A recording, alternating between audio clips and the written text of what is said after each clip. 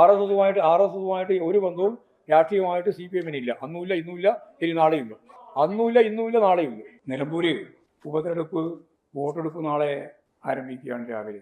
ഇന്നലെയായിരുന്നു പ്രചരണ പ്രവർത്തനങ്ങളുടെ സമാപനം കുറിച്ചുകൊണ്ടുള്ള കൊട്ടിക്കലാശം നടന്നത്.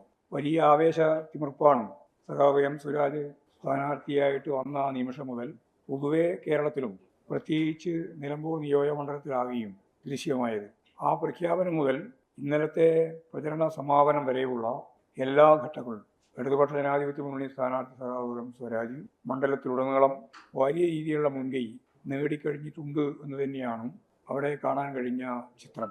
വ്യക്തമായ രാഷ്ട്രീയ കാഴ്ചപ്പാടോടുകൂടിയാണ് ഇടതുപക്ഷ ജനാധിപത്യ മുന്നണി അവിടെ മത്സരിച്ചത്. UDF യഥാർത്ഥത്തിൽ നിരായുധരായ ഒരു സൈന്യത്തിന്റെ അവസ്ഥയായിരുന്നു അവിടെ കാഴ്ചവെച്ചത്. ഒരു രാഷ്ട്രീയ മുദ്രാവാക്യവും ജനങ്ങളുമായിട്ട് ബന്ധപ്പെട്ട ഒരു പ്രശ്നവും അവർക്ക് ഈ തെരഞ്ഞെടുപ്പ് ഘട്ടത്തിൽ മുന്നോട്ടേക്ക് വെക്കാൻ സാധിച്ചില്ല. ഞങ്ങൾ രണ്ട് പ്രധാനപ്പെട്ട കാര്യങ്ങളാണ് ഊന്നിയത്. ഒന്ന്, വർഗീയതക്കെതിരായ അതിശക്തിയായിട്ടുള്ള ചെറുത്തുനിൽപ്പ്. അത് ഭൂരിപക്ഷ വർഗീയതയും ന്യൂനപക്ഷ വർഗീയതയും. രണ്ട് വർഗീയ ശക്തികളും അവിടെ കൃത്യമായ അജണ്ട വെച്ച് പ്രവർത്തിക്കുകയായിരുന്നു. ന്യൂനപക്ഷ വർഗീയതയുടെ ഏറ്റവും പ്രധാനപ്പെട്ട വിഭാഗം ജമാഅത്തെ ഇസ്ലാമിയാണ്. ആ ജമാഅത്തെ ഇസ്ലാമിയെ വെള്ളപൂശി അവർ പഴയ മുദ്രാവാക്യങ്ങളെല്ലാം ഉപേക്ഷിച്ചിരിക്കുന്നു. അതുകൊണ്ട് ഞങ്ങൾ ജമാഅത്തെ ഇസ്ലാമിയുമായി സഹകരിക്കാൻ, അസോസിയേറ്റ് സംവിധാനത്തിൻ്റെ ഭാഗമായിട്ട് മുന്നോട്ടേക്ക് പോകാൻ തയ്യാറായിരിക്കുന്നു എന്നാണ് അവരിവിടെ വ്യക്തമാക്കിയിട്ടുള്ളത്. ഇവിടെ നമുക്ക് മനസ്സിലാക്കാൻ സാധിക്കുന്നത്, ലോകത്തിന്നേ വരെ ജമാഅത്തെ ഇസ്ലാമി എന്ന് പറയുന്ന തീവ്ര ലോകം മുഴുവൻ ഇസ്ലാമിക് രാഷ്ട്രമാവണം എന്ന ധാരണ രൂപപ്പെടുത്താൻ ശ്രമിച്ചുകൊണ്ടിരിക്കുന്ന ആ പ്രസ്ഥാനത്തെ ചില രാജ്യങ്ങളിൽ നിരോധിക്കപ്പെട്ടതാണ്, ചില രാജ്യങ്ങളിൽ പ്രവർത്തിക്കുകയാണ്. ആ പ്രസ്ഥാനത്തെ ഒരു ജനാധിപത്യ രാഷ്ട്രീയ പ്രസ്ഥാനം ആദ്യമായിട്ട് അസോസിയേറ്റായി ചേർത്ത് തെരഞ്ഞെടുപ്പ് മുന്നണിയുടെ ഭാഗമാക്കുന്നത് ഈ കേരളത്തിലെ ലീഗും അതുപോലെ കോൺഗ്രസുമാണ്. ഒന്നുകൂടി പറഞ്ഞാൽ ലീഗും കോൺഗ്രസും ഉൾക്കൊള്ളുന്ന UDF ആണ്. ഇത് ദൂരവ്യാപകമായ ഫലമുളവാക്കുന്ന ഒന്നായിരിക്കും എന്ന് നിങ്ങൾ ചൂണ്ടിക്കാണിച്ചു. അങ്ങനെ പറയാനുള്ള ഒരു പ്രധാനപ്പെട്ട കാരണം, ഭൂരിപക്ഷ വർഗീയത RSS ഉൾപ്പെടെ സംഘപരിവാർ വിഭാഗം അതിശക്തിയായി പ്രവർത്തിക്കുന്ന ഒരു നാടാണ് ഇന്ത്യ. ഇന്ത്യയിലെ RSS, അതോടൊപ്പം ചേർന്ന് നിൽക്കുന്ന സംഘപരിവാർ വിഭാഗങ്ങൾ, അതിൻ്റെ രാഷ്ട്രീയ പ്രസ്ഥാനമായ BJP മതധ്രുവീകരണത്തിൻ്റെ ഭാഗമായിട്ട് ഹിന്ദുത്വ അജണ്ട നടപ്പിലാക്കാൻ ശ്രമിക്കുമ്പോൾ അതിൻ്റെ കൗണ്ടർ പാർട്ട് എന്ന നിലയിൽ ന്യൂനപക്ഷ വർഗീയതയുടെ ഭാഗമായിട്ടുള്ള ഇവിടെ ഇന്ത്യയിൽ അവരെ സംബന്ധിച്ച് ലോകത്താകെ ഇസ്ലാമിക രാഷ്ട്രം വേണം എന്ന മുദ്രാവാക്യത്തിൽ ഞങ്ങൾ ഇപ്പോഴും ഉറച്ചു നിൽക്കുന്നു എന്ന് ഇപ്പോഴും പ്രസ്താവന ഇറക്കിക്കൊണ്ടിരിക്കുന്ന ജമാഅത്തെ ഇസ്ലാമുമായിട്ട് ബന്ധപ്പെട്ട UDFൻ്റെ ബന്ധം ദൂരവ്യാപകമായ ഫലമുളവാക്കുന്ന ഒന്നാണ് എന്ന് ഞങ്ങൾ വർഗീയതയ്ക്കെതിരായ പോരാട്ടത്തിൻ്റെ ഭാഗമായി രണ്ട് വർഗീയ ശക്തികളെയും ഫലപ്രദമായിട്ട് നേരിടാൻ ഇടതുപക്ഷ ജനാധിപത്യ മുന്നണി തയ്യാറായി മുന്നോട്ടേക്ക് പോകുന്നു എന്നുള്ളതാണ് തെരഞ്ഞെടുപ്പ് ക്യാമ്പയിൻ്റെ ഭാഗമായിട്ട് മുഖ്യമന്ത്രി ഉൾപ്പെടെ പറഞ്ഞ ഒന്നാമത്തെ കാര്യം. മുഖ്യമന്ത്രി പറഞ്ഞു, ഞങ്ങൾക്ക് ഒരു വർഗീയ ശക്തിയുടെയും ഒരു വിഭാഗീയ ശക്തിയുടെയും ആശീർവാദവും പിന്തുണയും വേണ്ട എന്ന് അസന്നിഗ്ധമായി കേരളത്തിൻ്റെ മുഖ്യമന്ത്രി ആരാധ്യനായ സഖാവ് പിണറായി വിജയൻ ചൂണ്ടിക്കാണിക്കുകയുണ്ടായിട്ടുണ്ട്. ഈ രാഷ്ട്രീയമാണ് ഞങ്ങൾ മുന്നോട്ടേക്ക് വെച്ച വളരെ പ്രധാനപ്പെട്ട കാര്യം. അതിന് മറുപടി പറയാൻ ദേശീയ നേതൃത്വത്തിൻ്റെ ഭാഗമായിട്ട് വന്ന പ്രിയങ്ക ഗാന്ധി ഉൾപ്പെടെ തയ്യാറായില്ല. ഞങ്ങൾ ആ ചോദ്യം ഉന്നയിച്ചു. അവിടെ ഈ UDF എടുത്തുകൊണ്ടിരിക്കുന്ന ജമാഅത്തെ ഇസ്ലാമിയുമായിട്ട് ബന്ധപ്പെട്ട ഈ ബന്ധം നിങ്ങൾക്ക് അംഗീകരിക്കാൻ സാധിക്കുന്നുണ്ടോ എന്ന് ഞങ്ങൾ ചോദിച്ചപ്പോൾ പ്രിയങ്ക ഗാന്ധിയുടെ സ്വീകരണ പരിപാടിയുടെ ഭാഗമായിട്ട് ലീഗിൻ്റെ കുടി തന്നെ ഉപേക്ഷിച്ചു. എന്നിട്ട് വേണ്ടേ ജമാഅത്തെ ഇസ്ലാമുമായി ബന്ധപ്പെട്ട ഞങ്ങൾ ഉയർത്തിയ മുദ്രാവാക്യം അല്ലെങ്കിൽ ഞങ്ങൾ ഉയർത്തിയ ചോദ്യം അതിന് മറുപടി പറയാൻ തയ്യാറായില്ല എന്ന് മാത്രമല്ല, അത് ആ രീതിയിൽ പരിഗണിക്കാനേ കൂട്ടാക്കിയില്ല. കാരണം അപകടകരമാണ്. സോണിയാഗാന്ധിയും കോൺഗ്രസ് എടുത്തുകൊണ്ടിരിക്കുന്ന നിലപാട് ജമാഅത്തെ ഇസ്ലാമിന് എതിരാണ്. ആ രാഷ്ട്രീയം പറയാൻ അവർക്ക് സാധിക്കില്ല. അതുകൊണ്ടാണ് സോണിയാഗാന്ധിക്ക് ആ ചോദ്യത്തിന് മറുപടി പറയാൻ ആ ഇലക്ഷൻ്റെ ഭാഗമായിട്ടും അതുപോലെ വയനാട് സന്ദർശനത്തിൻ്റെ സന്ദർഭത്തിലും അവർക്ക് സാധിക്കാതിരുന്നത് എന്നുള്ളതാണ് പ്രിയങ്ക ഗാന്ധി. അല്ല, സോണിയാഗാന്ധി ഉൾപ്പെടെയുള്ളവർ ഇതിനെതിരാണ്. ഇവർക്ക് ജമാഅത്തെ ഇസ്ലാമുമായി ബന്ധപ്പെടാൻ ഒരു തരത്തിലുള്ള പഴുതുമില്ല. അപ്പോഴാണ് പ്രിയങ്ക ഗാന്ധിക്ക് അത് പറയാൻ സാധിക്കാതിരിക്കുന്നത്. അതുകൊണ്ടാണ് മറുപടി പറയാതിരുന്നത്. ആവർത്തിച്ച് ചോദിച്ചിട്ടും പത്രക്കാർ ചോദിച്ചിട്ടും അവരോട് ഈ കാര്യം പറയാൻ അവർക്ക് സാധിച്ചില്ല എന്നുള്ളതാണ് ഏറ്റവും പ്രധാനപ്പെട്ട കാര്യം. വർഗീയതയെ അതിനിശ്ചിതമായിട്ട് എതിർത്തുകൊണ്ടാണ് നിലമ്പൂർ നിയോജകമണ്ഡലത്തിലെ ഉപതെരഞ്ഞെടുപ്പിൻ്റെ ഭാഗമായിട്ട് ആദ്യാവസാനം വരെ ഞങ്ങളെല്ലാവരും നിലപാട് സ്വീകരിച്ച് മുമ്പോട്ടേക്ക് പോയത്. രണ്ടാമത്തെ കാര്യം കേരളത്തിൻ്റെ വികസനവുമായിട്ട് ബന്ധപ്പെട്ട അത് രണ്ടാമതായി ഞങ്ങൾ ഉയർത്തിയ ഏറ്റവും പ്രധാനപ്പെട്ട കാര്യമാണ്. കേരളം ഇന്ത്യക്ക് മാത്രമല്ല ലോകത്തിന് തന്നെ മാതൃകയാവുന്ന രീതിയിൽ അർദ്ധവികസിത രാജ്യങ്ങളിലെ ജനങ്ങളുടെ ജീവിത നിലവാരത്തിലേക്ക് കേരളത്തിലെ ജനങ്ങളുടെ ജീവിത നിലവാരം ഉയർത്തുക എന്ന നവ കേരളം എന്ന കാഴ്ചപ്പാട് അതാണ് ഞങ്ങളവിടെ അവതരിപ്പിച്ചത്. അതിൻ്റെ ഭാഗമായി കേരളത്തിലുള്ള ഏറ്റവും പ്രധാനപ്പെട്ട സവിശേഷതകൾ ഓരോന്നോരോന്നായിട്ട് എണ്ണി പറഞ്ഞു. വികസനം തന്നെയാണ് കാര്യമായിട്ട് പറഞ്ഞത്. വികസനം എന്ന പദം പോലും UDFകാർക്ക് അവിടെ ഉപയോഗിക്കാനേ പറ്റിയിട്ടില്ല. കാരണം വികസനം പറയാൻ തുടങ്ങിയാൽ 1957 മുതൽ ഇങ്ങോട്ടുള്ള ഇടതുപക്ഷ രാഷ്ട്രീയത്തിൻ്റെ ഭാഗമായിട്ട് വന്ന രാഷ്ട്രീയം വികസനപരമായ മാറ്റം കൃത്യമായി ചൂണ്ടിക്കാണിച്ചു പോകുമെന്നുള്ളതുകൊണ്ട് അവരതിനെ ആ അജണ്ടയിലേക്കേ കടന്നില്ല. അതുകൊണ്ടാണ് ഞാൻ പറഞ്ഞത് അവർക്ക് ഗവൺമെൻറ്റിനെതിരായിട്ടോ അതുപോലെ തന്നെ ഇടതുപക്ഷ ജനാധിപത്യ മുന്നണിക്കെതിരായിട്ടോ രാഷ്ട്രീയ ആയുധമുണ്ടായിരുന്നില്ല എന്ന് പറയാൻ കാരണം അതുകൊണ്ടാണ്. കേരളത്തിലെ അടിസ്ഥാനപരമായ മാറ്റങ്ങൾ, വിദ്യാഭ്യാസ മേഖല, ആരോഗ്യ മേഖല, തൊഴിൽ നൽകുന്നതിന് വേണ്ടിയുള്ള പുതിയ KDISC ഉൾപ്പെടെയുള്ള വിജ്ഞാന കേരളത്തിൻ്റെ ഭാഗമായിട്ടുള്ള പദ്ധതി, അതേപോലെ തന്നെ ഏറ്റവും ശ്രദ്ധേയമായ രീതിയിൽ നടപ്പിലാക്കിയിട്ടുള്ള ലൈഫ് പദ്ധതി, അതിദാരിദ്ര്യം അവസാനിക്കുന്ന ഇന്ത്യയിലെ ആദ്യത്തെ സംസ്ഥാനമായിട്ട് കേരളം മാറുന്ന പ്രശ്നം ഉൾപ്പെടെ എല്ലാ കാര്യങ്ങളും, വികസനത്തിൻ്റെ ഭാഗമായിട്ട് നാഷണൽ ഹൈവേ, അതുപോലെ തന്നെ മലയോര ഹൈവേ, തീരദേശ ഹൈവേ, വ്യാവസായിക മേഖലയിൽ വന്ന മാറ്റം, 3,50,000-ഓളം വരുന്ന സംരംഭങ്ങൾ രജിസ്റ്റർ ചെയ്യപ്പെട്ടതും അതിൻ്റെ പ്രവർത്തനത്തിലൂടെ 7 ലക്ഷത്തിലധികം ആൾക്ക് ജോലി ലഭിച്ചത്, PSC മുഖേന കിട്ടിയ ജോലിയുടെ എണ്ണം ഇന്ത്യയിൽ ഏറ്റവും കൂടുതൽ ജോലി ലഭിച്ചത് അത് പകുതിയിലധികം കേരളത്തിലാണ് എന്ന കാര്യം ഉൾപ്പെടെ എല്ലാ കാര്യങ്ങളും, ഞാനതിൻ്റെ ഓരോരോ വിശദീകരണത്തിലേക്ക് കാർഷിക മേഖല, പട്ടയത്തിൻ്റെ പ്രശ്നം ഉൾപ്പെടെ എല്ലാം ജനങ്ങളുമായി ബന്ധപ്പെട്ട മുഴുവൻ വികസന പ്രക്രിയയും, വിഴിഞ്ഞം തുറമുഖത്തിൻ്റെ വളർച്ച, അതിൻ്റെ ഭാഗമായിട്ട് തിരുവനന്തപുരം കൊല്ലം ജില്ലയിൽ ഉണ്ടാകാൻ പോകുന്ന മാറ്റം, കോറിഡോറിൻ്റെ ഭാഗമായിട്ട് കൊച്ചിയിൽ നിന്ന് പാലക്കാട് വഴി കോയമ്പത്തൂരിലേക്കുള്ള ഇടനാഴി, വ്യാവസായിക ഇടനാഴി, കോഴിക്കോട് നിന്ന് കണ്ണൂർ വഴി കാസർഗോഡ് വഴി മംഗലാപുരത്തേക്കുള്ള വ്യാവസായിക ഇടനാഴി, ഇതെല്ലാം സംബന്ധിച്ച് കൃത്യമായ നിലപാട് ഞങ്ങൾ വ്യക്തമാക്കിയിട്ടുണ്ട്. മൂലധന നിക്ഷേപത്തിൻ്റെ ഭാഗമായിട്ട് നമുക്കറിയുന്ന പോലെ കിഫ്ബി പദ്ധതിയുമായിട്ട് ബന്ധപ്പെട്ട് 90,000 കോടിയുടെ പശ്ചാത്തല സൗകര്യ വികസനം, വ്യാവസായിക മേഖലയിൽ ഇടപെടാൻ വേണ്ടി ഇപ്പോഴും വളരെ ശക്തിയായിട്ട് സാധിക്കുന്ന ഏതാണ്ട് ഇൻവെസ്റ്റ്മെൻറ്റ് മീറ്റിൻ്റെ ഭാഗമായിട്ടും തുടർന്നും വന്ന 2 ലക്ഷം കോടി ഉറുപ്പികയുടെ നിക്ഷേപിക്കാനുള്ള സന്നദ്ധത, ഇതെല്ലാം ചേർത്തുകൊണ്ട് തൊഴിലില്ലായ്മ ഉൾപ്പെടെയുള്ള പ്രശ്നങ്ങൾക്ക് പരിഹാരം കാണുന്നതിന് വേണ്ടിയുള്ള ഒരു പുതിയ കേരളം, അതാണ് നവകേരളം. ഈ മുദ്രാവാക്യം ഞങ്ങൾ നിലമ്പൂരിൽ വളരെ ശക്തിയായിട്ട് ജനങ്ങളുടെ മുമ്പിൽ അവതരിപ്പിച്ചിട്ടുണ്ട്. UDF ആകെ പറയാനുണ്ടായിരുന്നത് കൈക്കൂലി കൊടുത്തുകൊണ്ടാണ് വോട്ട് ശേഖരിക്കുന്നത് എന്നാണ്. കൈക്കൂലി മന്ത്രിമാരുടെ കൈക്കൂലിയല്ല. മുമ്പ് അതായിരുന്നല്ലോ സാധാരണ ചർച്ച. 9 കൊല്ലക്കാലം കൊണ്ട് ഒരു മന്ത്രിക്കെതിരായിട്ട് ഒരു ആരോപണം ഉന്നയിക്കാൻ അവർക്ക് സാധിച്ചിട്ടില്ല. എന്നിട്ട് പറഞ്ഞത് ഏതാ കൈക്കൂലി? തിരഞ്ഞെടുപ്പ് വരുമ്പോൾ 62 ലക്ഷം ആളുകൾക്ക് കൈക്കൂലി പോലെ ക്ഷേമ പെൻഷൻ നൽകുന്നു എന്നാണ്. ക്ഷേമ പെൻഷൻ കൈക്കൂലിയാണെന്ന് പറഞ്ഞ കോൺഗ്രസിൻ്റെ രാഷ്ട്രീയ പാപ്പരത്വത്തെ സംബന്ധിച്ച് എന്താ പറയുക? അത് ജനങ്ങളൊക്കെ അവിടെ നല്ലപോലെ പ്രതികരിച്ചു. ഞങ്ങൾ അപമാനിക്കലാണ് എന്ന് പറഞ്ഞു. ഉയർന്ന ഉദ്യോഗസ്ഥന്മാർക്കെല്ലാം കൃത്യമായിട്ട് ഇപ്പോഴാണ് എല്ലാ ജീവനക്കാർക്കും ഉൾപ്പെടെ പെൻഷൻ. പാവപ്പെട്ട അധ്വാനിച്ച പഴയ കാലം 10-60 വയസ്സ് വരെ അധ്വാനിച്ച പാവപ്പെട്ട മനുഷ്യന് ക്ഷേമ പെൻഷൻ്റെ ഭാഗമായിട്ട് 1,600 രൂപ ഈ കേരളത്തിൽ ഇടതുപക്ഷ ജനാധിപത്യങ്ങളുടെ ഭാഗമായിട്ട് നൽകുമ്പോൾ അത് കൈക്കൂലിയാണ് എന്ന അധിക്ഷേപിക്കുന്ന നിലയിലേക്ക് അവരെത്തി. അത്തരത്തിലുള്ള നിരവധിയായ പ്രശ്നങ്ങൾ യഥാർത്ഥത്തിൽ അവിടെ അവർക്ക്, ഞാൻ നേരത്തെ പറഞ്ഞ പോലെ, നിരായുധീകരിക്കപ്പെട്ട ഒരു UDFനെയാണ് നമുക്കവിടെ കാണാൻ കഴിഞ്ഞിട്ടുള്ളത്. അപ്പോൾ 2 മുദ്രാവാക്യം കേന്ദ്രീകരിച്ചുകൊണ്ട് തന്നെയാണ് ഉപതെരഞ്ഞെടുപ്പിനെ നേരിട്ടത്. വരാൻ പോകുന്ന കേരളം എന്തായിരിക്കണം, വർത്തമാന കാലഘട്ടത്തിൻ്റെ ഒരു തുടർച്ച, ഒരു 3ാം ഘട്ടത്തിലേക്കുള്ളതിൻ്റെ യാത്ര, ഇത് തന്നെയാണ് അവിടെ ചർച്ച ചെയ്യപ്പെട്ട ഒരു പ്രധാനപ്പെട്ട വിഷയം. അതുപോലെ ഞാൻ നേരത്തെ പറഞ്ഞ വർഗീയതക്കെതിരായിട്ടുള്ള കാര്യവുമാണ്.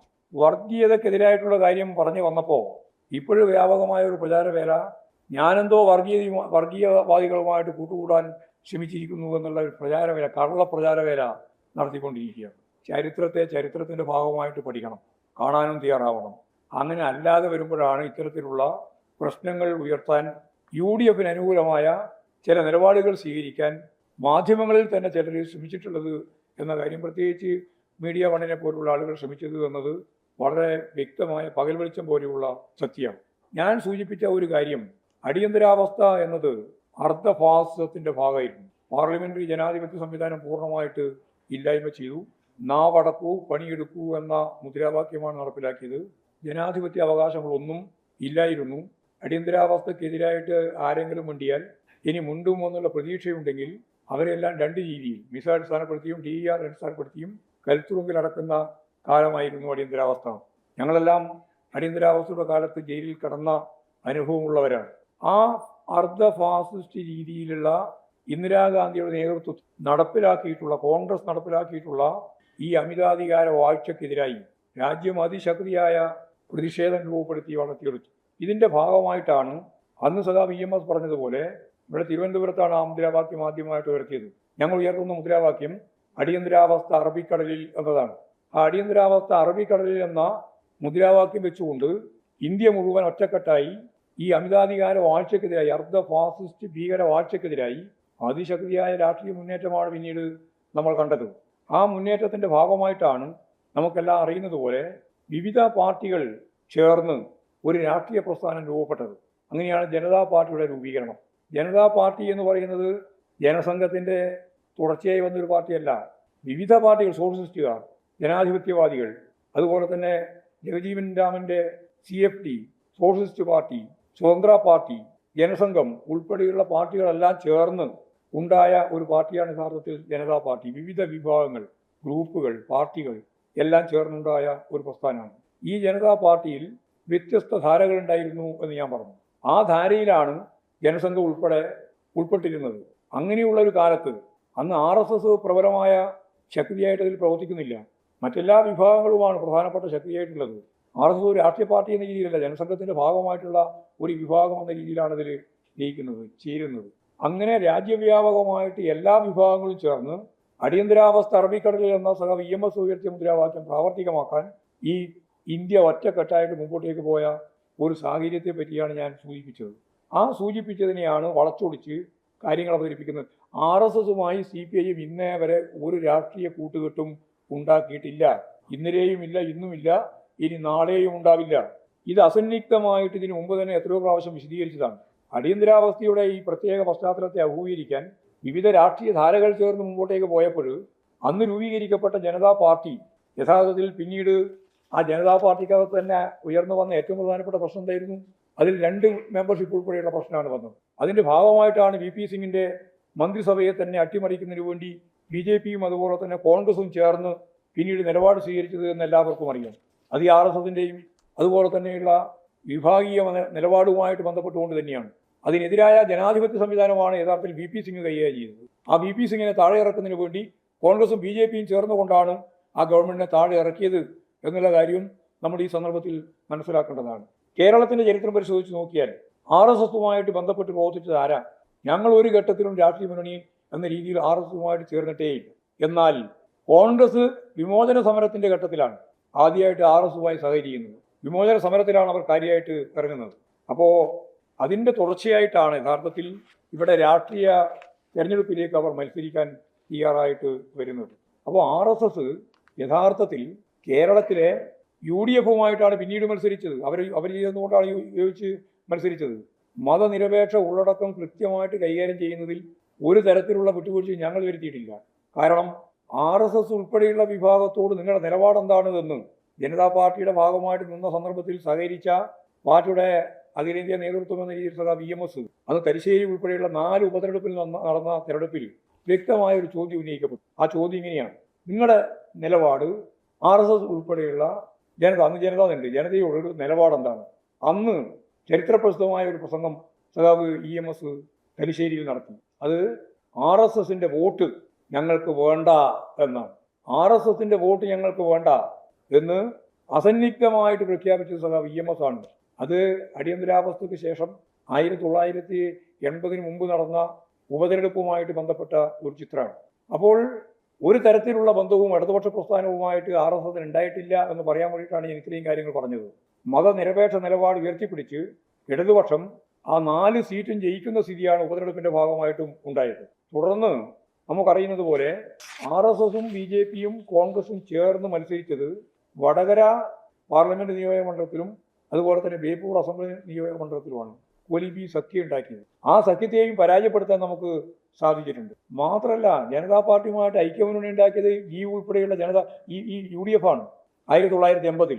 അന്നാണ് രാജഗോപാലൻ മത്സരിച്ചത് കാസർഗോഡ്, രാജഗോപാലൻ. അന്നാണ് KE മാരാർ മത്സരിച്ചത് കൂത്തുപറമ്പ്. അന്ന് കൂത്തുപറമ്പ് എന്നല്ല ആ നിയോജക മണ്ഡലത്തിന്റെ പേര്, പെരിങ്ങളം എന്നാണ്. ആ പെരിങ്ങളം നിയോജക മണ്ഡലത്തിലാണ് ഇന്നത്തെ നമ്മുടെ വനവകുപ്പ് മന്ത്രി AK ശശീന്ദ്രനാണ് അവിടെ മത്സരിച്ചിരുന്നത്. അവിടെ ജയിച്ചു. രാജഗോപാലിനെതിരായിട്ട് ഞങ്ങളുടെ സ്ഥാനാർത്ഥിയെ മത്സരിച്ചത് രാമണ്ണറയാണ്. രാമണ്ണറെ ജയിച്ചു. ലീഗും കോൺഗ്രസും ചേർന്ന മുന്നണിയിലായിരുന്നു ഈ പറയുന്ന ജനതാ പാർട്ടി അന്നുണ്ടായിരുന്നത്. ഇതെല്ലാം മറച്ചു വെച്ചിട്ട് ഇടതുപക്ഷ ജനാധിപത്യ മുന്നണിയെ അതിശക്തിയായ മുന്നേറ്റം വർഗീയതക്കെതിരായിട്ട് നടത്തിക്കൊണ്ടിരിക്കുന്ന നിലമ്പൂരിൽ ഞാൻ എന്തോ പറഞ്ഞിരിക്കുന്നു എന്ന് പച്ച കള്ളം അടിച്ചു വിടുന്ന നിലയാണ് സ്വീകരിച്ചിട്ടുള്ളത്.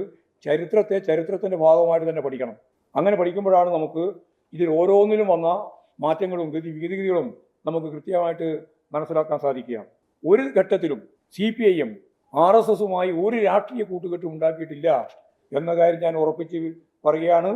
പലപ്പോഴും വന്ന രാഷ്ട്രീയ സാഹചര്യത്തിൽ ഞാൻ നേരത്തെ പറഞ്ഞതുപോലെ അടിയന്തരാവസ്ഥ ഉൾപ്പെടെയുള്ള ഘട്ടത്തിൽ കണ്ട ജനകീയ മുന്നേറ്റത്തിൻ്റെ ഭാഗമായി എല്ലാവരും ചേർന്ന് മുന്നോട്ടേക്ക് പോയിട്ടുണ്ട് എന്നുള്ള കാര്യവും ഇതിൻ്റെ ഭാഗമായി ചരിത്രത്തിൻ്റെ ഭാഗമായിട്ട് തന്നെ മനസ്സിലാക്കേണ്ടതാണ്. മുമ്പേ തന്നെ പരിശോധിച്ച് നോക്കി EMSനെ തോൽപ്പിക്കാൻ വേണ്ടിയിട്ട് ഇവിടെ ഈ കേരളത്തിൽ എത്ര ശക്തമത്തായ ഇടപെടലാണ് കോൺഗ്രസ് നടത്തിയിട്ടുള്ളത്. ഈ RSSുമായിട്ട് ബന്ധപ്പെട്ട് ജനസംഘം സ്ഥാനാർത്ഥിയെ നിർത്താൻ തീരുമാനിച്ചല്ലോ. ആദ്യമായിട്ട് നടത്താൻ തീരുമാനിച്ച 4 മണ്ഡലത്തിലാണ്. എപ്പോഴും വിമോചന സമരം കഴിഞ്ഞതിന് ശേഷം. ആ വിമോചന സമരം കഴിഞ്ഞതിന് ശേഷം 4 നിയോജക മണ്ഡലത്തിൽ അവർ മത്സരിക്കാൻ. കോഴിക്കോട് 2, ഗുരുവായൂർ, അണ്ടത്തോട്, പട്ടാമ്പിയിലാണ് EMS മത്സരിക്കുന്നത്. EMS മത്സരിക്കുന്ന പട്ടാമ്പിയിൽ അവിടെ യഥാർത്ഥത്തിൽ ദീൻദയാൽ ഉപാധ്യായയാണ് കേരളത്തിൽ വന്ന് ഈ 4 സ്ഥാനാർത്ഥികളെയും പ്രഖ്യാപിച്ചത്. 4 സ്ഥാനാർത്ഥികളും മത്സരരംഗത്ത് വന്നു. മത്സരരംഗത്ത് വന്നപ്പോൾ കോൺഗ്രസുമായിട്ട് ഞാൻ ഈ പറഞ്ഞ ദീൻദയാൽ ഉപാധ്യായുമായി ചർച്ച നടത്തിയിട്ട് EMSനെ തോൽപ്പിക്കണം. EMS ആയിരുന്നല്ലോ കേരളത്തിൻ്റെ മുഖ്യമന്ത്രിയായിരുന്നത്. അതുകൊണ്ട് EMSനെ തോൽപ്പിക്കുന്നതിന് വേണ്ടി നിങ്ങൾ അവിടെ സ്ഥാനാർത്ഥിയെ നിർത്തരുത് എന്ന് ദീൻദയാൽ ഉപാധ്യായുമായി ബന്ധപ്പെട്ട് കോൺഗ്രസ് നേതൃത്വം ചർച്ച നടത്തിയിട്ട് ദീൻദയാൽ ഉപാധ്യായ തന്നെ നേരിട്ട് പ്രഖ്യാപിച്ച പട്ടാമ്പിയിലെ അന്നത്തെ സ്ഥാനാർത്ഥിയെ RSSന്റെ ജനസംഘത്തിൻ്റെ സ്ഥാനാർത്ഥിയെ അവർ പിൻവലിച്ചു. അങ്ങനെ പിൻവലിച്ചിട്ടാണ് മാധവ മേനോനെയാണ് അവിടെ സ്ഥാനാർത്ഥിയായി ഇവർ നിശ്ചയിച്ചിരുന്നത്. മാധവ മേനോനെ പിൻവലിച്ചു. അങ്ങനെ അവിടെ EMSനെ തോൽപ്പിക്കുന്നതിന് വേണ്ടി അവർ ഒരു സംയുക്ത സ്ഥാനാർത്ഥിയെ നിശ്ചയിച്ചു. ആ സ്ഥാനാർത്ഥിയാണ് രാഘവൻ നായർ. ഇതൊന്നും ചരിത്രം മനസ്സിലാക്കാതെ വിശദീകരിക്കാൻ സാധിക്കുന്നതല്ലോ. രാഘവൻ നായർ അവിടെ പിന്നീട് തോറ്റല്ലോ. കോൺഗ്രസും അതുപോലെ തന്നെ ഈ സംഘപരിവാർ വിഭാഗത്തിൻ്റെ ഭാഗമായിട്ടുള്ള ജനസംഘവും ചേർന്ന് സംയുക്ത സ്ഥാനാർത്ഥിയെ നിർത്തിയിട്ട് തോൽപ്പിക്കാൻ ശ്രമിച്ചിട്ട് തോറ്റില്ലല്ലോ. ബേപ്പൂരും വടകരയും ഞാൻ നേരത്തെ അതിനുശേഷം നടന്ന തെരഞ്ഞെടുപ്പിൻ്റെ ഭാഗമായിട്ട് നമുക്ക് ശക്തിയായി മുന്നോട്ടേക്ക് പോകാൻ കഴിഞ്ഞു. AKGയെ തോൽപ്പിക്കുന്നതിൻ്റെ ഭാഗമായിട്ട് പാലക്കാട് ലോക്സഭാ തെരഞ്ഞെടുപ്പിലും ഇതേപോലെ തന്നെയുള്ള RSS സ്ഥാനാർത്ഥി കോൺഗ്രസ് പിന്തുണ പ്രഖ്യാപിച്ചല്ലോ. ഇങ്ങനെ നിരവധി സംഭവങ്ങൾ നമുക്കിതിൻ്റെ ഭാഗമായിട്ട് ചൂണ്ടിക്കാണിക്കാൻ ഉണ്ട്. കോൺഗ്രസും പ്രത്യേകിച്ച് ഇവിടെ ലീഗ് ഉൾപ്പെടെയുള്ളവർ ചേർന്ന് കോലീബി സഖ്യമുണ്ടാക്കി ഇടതുപക്ഷത്തെ പരാജയപ്പെടുത്താൻ വേണ്ടി നടത്തിയ പാരമ്പര്യം കടക്കുമ്പോൾ തികച്ചും തെറ്റായ രീതിയിൽ RSSുമായി ഒരിക്കലും രാഷ്ട്രീയ ബന്ധം ഉണ്ടാക്കാത്ത CPIMനെ പറ്റി RSSന് വോട്ട് വേണ്ട, ഞങ്ങൾക്ക് വേണ്ട എന്ന് പാർട്ടി ജനറൽ സെക്രട്ടറി സഖാവ് EMSനെ പോലുള്ള ആളുകൾ പരസ്യമായിട്ട് പ്രഖ്യാപിക്കുകയും സഖാവ് പിണറായി വിജയൻ ഇന്നത്തെ ക്യാമ്പയിൻ്റെ ഭാഗമായിട്ട് നിലമ്പൂരിൽ നടന്ന 7 റാലിയിലും വിഭജനവാദികളുടെയും വർഗീയവാദികളുടെയും പിന്തുണ ഞങ്ങൾക്ക് ആവശ്യമില്ല എന്ന് പരസ്യമായിട്ട് പ്രഖ്യാപിക്കുകയും ചെയ്ത ഒരു തെരഞ്ഞെടുപ്പ് പോരാട്ടത്തിൻ്റെ ഘട്ടത്തിൽ ആളെ പറ്റിക്കുന്നതിന് വേണ്ടി വർഗീയവാദികൾ, വർഗീയ സ്വഭാവമുള്ള ശക്തികൾ, പ്രത്യേകിച്ച് ജമാഅത്തെ ഇസ്ലാമിൻ്റെ വക്താക്കൾ ഞങ്ങൾക്കെതിരായിട്ട് കള്ളപ്രചാരവേല നടത്തിക്കൊണ്ടിരിക്കുന്ന ഒരു സാഹചര്യമുണ്ട് എന്നുള്ള പശ്ചാത്തലത്തിലാണ് ഞാൻ ആ കാര്യം ഇത്രയും വിശദമായിട്ട് ചൂണ്ടിക്കാണിച്ചിട്ടുള്ളത്. അതാണ് രണ്ടാമത്തെ കാര്യമെന്ന രീതിയിൽ പറയാനുള്ളത്. മറ്റൊരു കാര്യം, നമുക്കറിയുന്ന പോലെ രാജ്ഭവൻ ഒരു കാവ്യവൽക്കരണത്തിൻ്റെ കേന്ദ്രമായിട്ട് മാറിക്കൊണ്ടിരിക്കുന്നു എന്നുള്ള കാര്യം വളരെ വിശദമായി കേരളം ചർച്ച ചെയ്യപ്പെടേണ്ടതുണ്ട് എന്നാണ് എൻ്റെ അഭിപ്രായം. അവിടെ ഡോക്ടർ ഹെഗ്ഡേവാറിൻ്റെയും ഗോൾവാൾക്കറിൻ്റെയും ഫോട്ടോ കൂടി ചേർത്തിരിക്കുക. ഗാന്ധിൻ്റെ ഫോട്ടോ ഉണ്ട്. ഇനി അവിടെ എപ്പോഴാണ് ഗോഡ്സെയുടെ ഫോട്ടോ വെക്കുന്നത് എന്ന് മാത്രമേ ആലോചിക്കേണ്ടി വരൂ. കാരണം RSSൻ്റെ ഒരു കാഴ്ചപ്പാട് ഗാന്ധിജിയെക്കാളും പ്രധാനപ്പെട്ട ദേശീയ സ്വാതന്ത്ര്യ നായകൻ ഗോഡ്സെയും അതുപോലെ തന്നെ സവർക്കറുമാണ് എന്നൊക്കെയാണ് അവർ പറഞ്ഞുകൊണ്ടിരിക്കുന്നത്. അപ്പോൾ ഇനി അവിടെ ആ ഫോട്ടോ കൂടി വരുമെന്ന് പറയാൻ സാധിക്കും. ഒരു ഭാഗത്ത് കാവ്യവൽക്കരണത്തിന് വേണ്ടിയുള്ള ബോധപൂർവമായ ശ്രമം ആ ഓഫീസുമായിട്ട് ബന്ധപ്പെട്ട് ഭാരതാംബയുടെ പ്രശ്നം RSSൻ്റെ ചിഹ്നവും എല്ലാം മുമ്പ് ചർച്ച ചെയ്തതാണ്. അതേപോലെ തന്നെ അവിടെ ഗുരുമൂർത്തിയുടെ പ്രഭാഷണം, ഇപ്പോഴും ധനകാര്യ വിദഗ്ധൻ്റെ പ്രഭാഷണം എന്ന് പറഞ്ഞിട്ട് നമുക്കിപ്പോൾ അറിയുന്നത് പോലെ ട്രംപിൻ്റെ ഭാഗമായിട്ടുള്ള ചുങ്കം, ആ ചുങ്കത്തെ ന്യായീകരിക്കുന്നതിന് വേണ്ടിയുള്ള ബോധപൂർവമായ പ്രചാരവേല, അതാണ് ഇന്ന് പത്രത്തിൽ കണ്ടത്. ആ ചുങ്കം ചുമത്തിയത് കേരളത്തിൽ ഇന്ത്യക്ക് ഗുണം ചെയ്യുമെന്നാണ് പറയുന്നത്.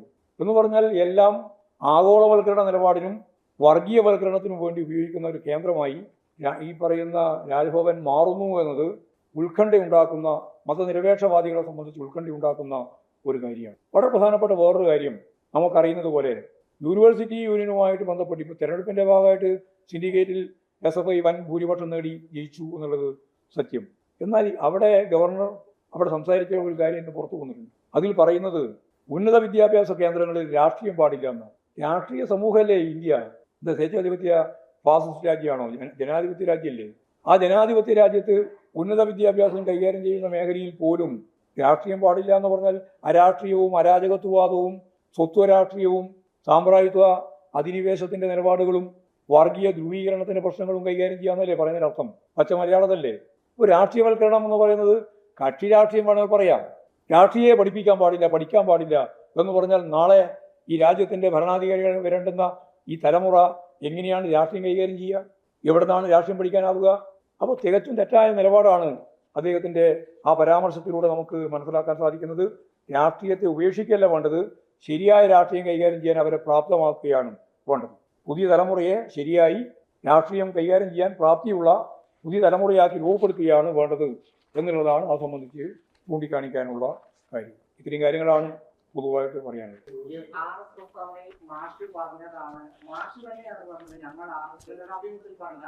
അത് നിങ്ങൾ ഞാൻ പറഞ്ഞ മനസ്സിലായല്ലോ, മനസ്സിലാക്കിയിട്ടില്ലേ? RSS ഞാൻ പറഞ്ഞു, അത് കൃത്യമായിട്ട് ഞാൻ പറഞ്ഞു. അതിന്റെ ചരിത്രം ഞാൻ പൂർണ്ണമായിട്ട് വിശദീകരിച്ചു. ആരൊക്കെ ചേർന്നിട്ടാണ് ജനതാ പാർട്ടി രൂപം കൊണ്ടത് എന്ന് ഞാൻ പറഞ്ഞല്ലോ.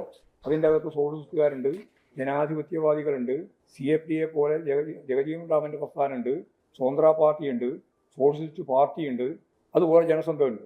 ജനസംഘത്തിലെ ഒരു വിഭാഗമാണ് RSS. ഇവരെല്ലാം ചേർന്നതാണ് യഥാർത്ഥത്തിൽ ജനതാ പാർട്ടി. ആ ജനതാ പാർട്ടിയുമായിട്ടാണ് ഞങ്ങൾ സഹകരിച്ചത്. അതാ കാര്യം. RSS ഒരു പാർട്ടിയല്ലല്ലോ. നിങ്ങൾക്ക് എന്താ ഇപ്പോൾ RSS നിങ്ങൾ മനസ്സിലാക്കേണ്ട ഒരു കാര്യം, RSS ഒരു രാഷ്ട്രീയ പാർട്ടിയല്ല. അപ്പോൾ രാഷ്ട്രീയ പാർട്ടി എന്ന രീതിയിൽ CPM-ന് ഒരു RSS-ഉമായിട്ട് ചേരേണ്ടത് പ്രശ്നം അന്നുമില്ല ഇന്നുമില്ല.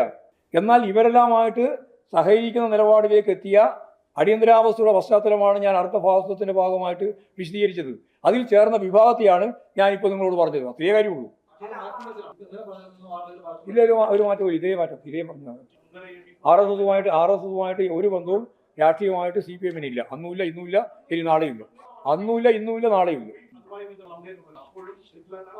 അല്ല,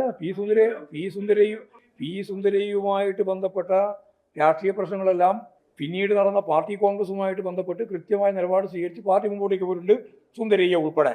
അത്രയേ ഉള്ളൂ കാര്യം. ഇന്നലെ തന്നെ ഞാൻ പറഞ്ഞത് ഇത് തന്നെയാണ്. വെറുതെ പറയുകയാണെങ്കിൽ ജമാഅത്ത് ഇസ്ലാമിന്റെ താല്പര്യം സംരക്ഷിക്കാൻ വേണ്ടി നടക്കുന്ന ചില ആളുകൾ അതിനെ വളച്ചൊടിച്ച് നിലപാട് സ്വീകരിക്കുകയാണ് ചെയ്തത്. അതാ പച്ച മലയാളം. അതെ, ഇത് വിവാദമാവേണ്ട ഒരു കാര്യമില്ല. എന്തിനാണ് വിവാദം? 50 കൊല്ലം മുമ്പ് അടിയന്തരാവസ്ഥ കാലഘട്ടത്തിലുണ്ടായ ഒരു സംഭവം സംബന്ധിച്ചിടത്തോളം ചരിത്രത്തിന്റെ ഭാഗമായിട്ട് ഇപ്പോൾ പറഞ്ഞത് എന്തിനാണ് വിവാദമാകുന്നത്?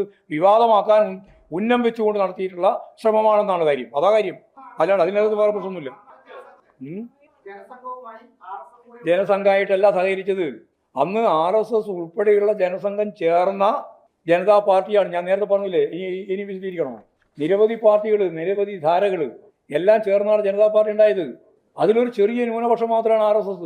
അത് നമ്മൾ നല്ലപോലെ മനസ്സിലാക്കണ്ടേ. ചരിത്രത്തിന്റെ ഭാഗമായിട്ടല്ലേ ഇത്. അത് 50 കൊല്ലം മുമ്പുള്ള ചരിത്രം വ്യക്തമാക്കിയതാണ്. അതും ഒരു ചോദ്യം ചോദിച്ചപ്പോൾ ആ ചോദ്യം മറുപടി പറഞ്ഞത് മാത്രമേ ഉള്ളൂ. അത്രയേ ഉള്ളൂ. അല്ല, ഇത് എന്താണ് വിവാദമാവേണ്ടതെന്നാണ് ഞാൻ ചോദിച്ചത്. അതിൻ്റെ അർത്ഥം അതല്ലേ? 50 കൊല്ലം മുമ്പ് നടന്ന ഒരു സംഭവം സംബന്ധിച്ചിടത്തോളം ഇപ്പം വിവാദമാവേണ്ട എന്ത് പ്രശ്നങ്ങൾ? നിങ്ങൾ ജമാഅത്ത് ഇസ്ലാമിക്കെതിരായി നിലമ്പൂർ നിയോജക മണ്ഡലത്തിലും കേരളത്തിലും ഞങ്ങൾ ഉയർത്തിയിട്ടുള്ള രാഷ്ട്രീയ നിലപാടിന് മറുപടി പറയാൻ കഴിയാതെ UDF-നെ സഹായിക്കാൻ ഒരു നിലപാട് സ്വീകരിച്ചു എന്ന് മാത്രമേ പറയാൻ സാധിക്കുള്ളൂ. ജമാഅത്ത് ഇസ്ലാം അനുകൂലമായിട്ട്. അത്രയേ ഉള്ളൂ കാര്യം. അതാണ് ഞാൻ നേരത്തെ വിശദീകരിച്ചത്. ഒരു വഴിയും കൊടുത്തില്ല. ഒരു കാര്യവും അതിൻ്റെ അകത്ത് വിവാദം ഉണ്ടാക്കേണ്ട കാര്യമില്ല. ഇപ്പോഴുമില്ല, അന്നുമില്ല, ഇനിയും ഉണ്ടാവില്ല. നിരോധിക്കപ്പെട്ടിട്ടുണ്ട്. ഇതൊന്നും ഞാൻ പറഞ്ഞില്ല. നിരോധിച്ചുകൊണ്ടൊന്നും പ്രസ്ഥാനം ഇല്ലാതാവില്ല. ആ ഒരു നിലപാടൊന്നും ഞാൻ എടുത്തില്ല. ഉണ്ട്. അല്ല, ഞാൻ അതിനെ അനുകൂലിക്കുന്നുമില്ല, പ്രതികൂലിക്കുന്നുമില്ല. കാരണം നിലപാടെന്താ പറഞ്ഞാൽ, ഒരു പാർട്ടിയെയും ഒരു പ്രസ്ഥാനത്തെയും ഒരു ആശയത്തെയും നിരോധിച്ചുകൊണ്ട് അവസാനിപ്പിക്കാൻ സാധിക്കുന്നതല്ല. എത്രയോ പ്രാവശ്യം നിരോധനത്തിന് വിധേയപ്പെട്ട പാർട്ടിയാണ് കമ്മ്യൂണിസ്റ്റ് പാർട്ടി. എന്നിട്ട് കമ്മ്യൂണിസ്റ്റ് പാർട്ടി ഇവിടെ ഇല്ലാതായിട്ടില്ലല്ലോ. അത് തന്നെയാണ് ചരിത്രത്തിന്റെ ഭാഗമായിട്ടുള്ള, അതാ പറഞ്ഞത്, ചരിത്രത്തിന്റെ ഭാഗമായിട്ടുള്ള ഏറ്റവും പ്രധാനപ്പെട്ട കാര്യം അതാണ്.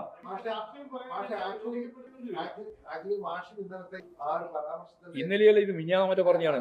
നിങ്ങളിപ്പോൾ ഒരു ആവശ്യത്തിന് വേണ്ടി ഉപയോഗിച്ചു മാത്രമേ. അല്ല, അവർ ചോദിച്ച ചോദ്യം എങ്ങനെയാണ് മാറ്റങ്ങൾ സംഭവിക്കുന്നത് എന്നതിനെ പറ്റിയാണ്. രാഷ്ട്രീയ മാറ്റം എങ്ങനെയാണ്, അതാണ് അതിൻ്റെ അകത്ത് ഏറ്റവും പ്രധാനപ്പെട്ട കാര്യം.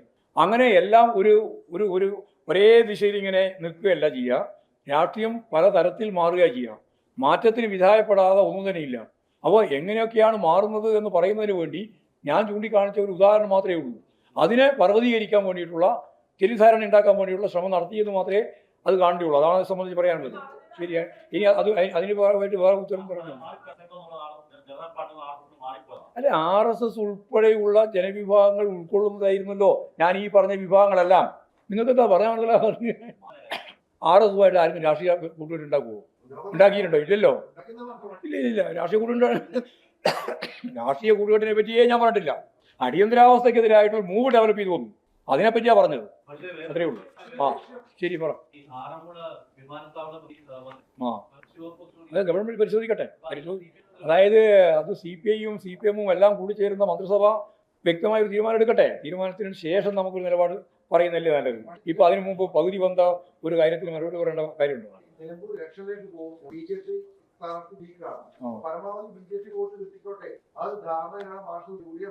അത് UDFന്റെ ജമാഅത്തെ ഇസ്ലാമിന്റെ ബന്ധം അതിശക്തിയായിട്ടുള്ള രാഷ്ട്രീയ ചർച്ചയായിട്ട് വന്നപ്പോൾ അതിന് പകരം അവർ ആദ്യം ഏതോ ഒരു ഹിന്ദു മഹാസഭയോ മറ്റോ ഞങ്ങളുമായിട്ട് ഐക്യമുണ്ടെന്ന് പറഞ്ഞു. അത് ക്ലച്ച് പിടിക്കാതിരുന്നപ്പോൾ ഇപ്പോൾ അവസാനം ഇതായിരിക്കും നല്ലതെന്ന് വിചാരിച്ചിട്ട് പുറപ്പെടുകയാണ്. അതിലൊന്നും ഒരു കാര്യമില്ല. നിലമ്പൂരിലെ ജനങ്ങൾക്ക് നന്നായിട്ട് കാര്യം മനസ്സിലായിട്ടുണ്ട്. അവരതിൻ്റെ ഭാഗമായിട്ട് ഈ പറയുന്ന വിഭാഗങ്ങളുമായി ഒരു മഴവിൽ സഖ്യമുണ്ടാക്കിയിട്ടുള്ള UDFനെ നല്ല രീതിയിൽ പാഠം പഠിപ്പിക്കുക തന്നെ ചെയ്യും. ഒരു സംശയവും വേണ്ട.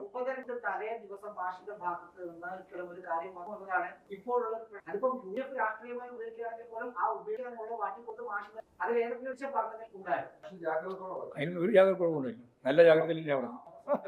ഒരു വോട്ടും പോലും, ഒറ്റ വോട്ട് പോലും മാത്രമല്ല, വോട്ട് കൂടുതൽ കിട്ടും. BJPയുടെ വോട്ട് വേണ്ട നിങ്ങൾ പരസ്യമായി പറഞ്ഞല്ലോ. ഞാൻ തന്നെ പ്രസംഗിച്ചല്ലോ അവിടെ. BJPയുടെയോ RSSന്റെയോ വോട്ട് ഞങ്ങൾക്ക് വേണ്ട എന്ന് പരസ്യമായിട്ട് പറഞ്ഞു. ഒരു വരാൻ സാധ്യതയില്ല. ഇത് വെച്ചിട്ടൊന്നും ഒരു വോട്ടും നമുക്ക് അങ്ങനെ ഒരു പൂർവ്വബന്ധവും ഇല്ല, അങ്ങനെ ഒരു സ്നേഹവും ഇല്ല. ആരോപിക്കുന്നത് കടുത്ത രാഷ്ട്രീയ എതിരാളികളുടെ പ്രചരണത്തിന് മുമ്പിൽ മാധ്യമപ്രവർത്തകരും വീണുപോയി എന്ന് മാത്രമേ ഉള്ളൂ. ശരി, മതിയാക്കും.